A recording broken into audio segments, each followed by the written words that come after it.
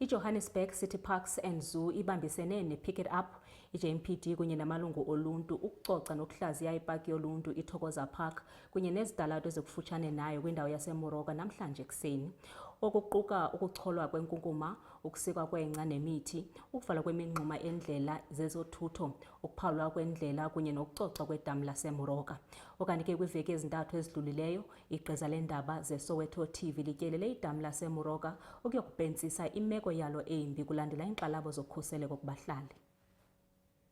Kuzokhumbuleka emasontweni ambalwa adlule ithimba lezindaba leSoweto TV liye lavakashela eMorocco Dam ukulandela izikhalazo zabahlali bekhala ke ngokungcola kwakuleya ndawo. Kanti ukusabela kulolu daba iJohannesburg City Parks and Zoo nama nezinye izinhlaka ezahlukahlukene okubalwa kuzo amalungu omphakathi iPick It Up bebekhuculula iMorocco Dam osukwini lwanamhlanje. Today is a very exciting day. It's a joint project that we are doing with other entities of City of Johannesburg. We are here to address the issues that are raised by the community. Over and above that, these are the issues that lie in our KPAs that we have to do on a day-to-day. So the big project that we name the Bliss program, we are doing it with other entities like JRA is here, JMPD is here, Pick It Up is here, CRAM as well as Johannesburg City Parks and Zoo.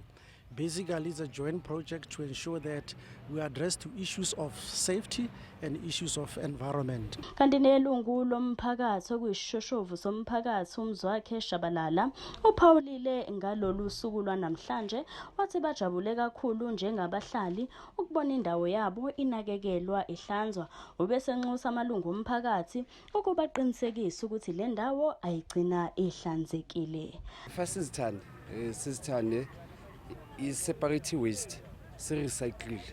Recycling will solve our problems. If garden waste is separated from we waste recycle, but ninga abantu abarecycle. Asithande nipaki yethu sizinakekele senze sure ukuthi i-waste yaseJardini ne-waste ye-park asihlangana. Kanti Regional Director uMnumzana uJustice Ngalonkulu ubesefisela abahlali amaholide akhisimosi amahle naphephile wabanxusa ukuthi ke bajabule bazigade. Ezindabeni zeSoweto TV ngingonobuhle wakwaNdlovu ngiseSoweto eMoroka Dam.